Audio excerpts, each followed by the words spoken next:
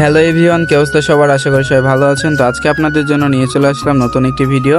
তো ভিডিওটা হচ্ছে আমি রাজশাহী থেকে কাকনহাট আসছিলাম। তো ট্রেন থেকে নামার পরে মানুষ আত্মীয় স্বজনের বাসায় গেলে মিষ্টি দই যে কোনো একটা নিয়ে যায়, তো অবশ্যই এটা লাগে কিন্তু।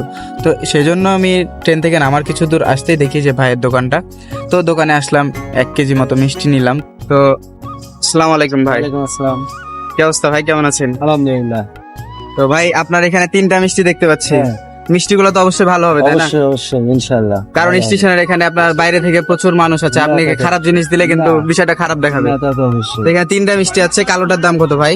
কালোটা বেচছি, এটা হলো 270 টাকা কেজি। আপনি একটু জোরে বললে ভালো হয়। এটা কালোটা হলো 270 টাকা কেজি। আর এই সাদাটা? হলো 320 টাকা কেজি। 320 টাকা। আর এটা হলো 260 টাকা কেজি। আচ্ছা। আরেকটা মিষ্টি ছিল আদি চমচম, ওটা শেষ হয়ে গেছে।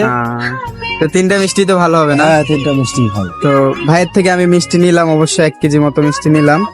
তো যাই হোক, ভালো, অবশ্যই ভালো হবে। তো হ্যাঁ, ভালো। এই যে স্টেশনের এখানে দোকানটা আপনাদেরকে দেখিয়ে দিলাম, এই যে দেখতে পাচ্ছেন লোকেশন কোথায় এটা। তো অবশ্যই আসলে ভাইয়ের দোকান থেকে মিষ্টি নেবেন। ধন্যবাদ, ভালো থাকবেন সবাই।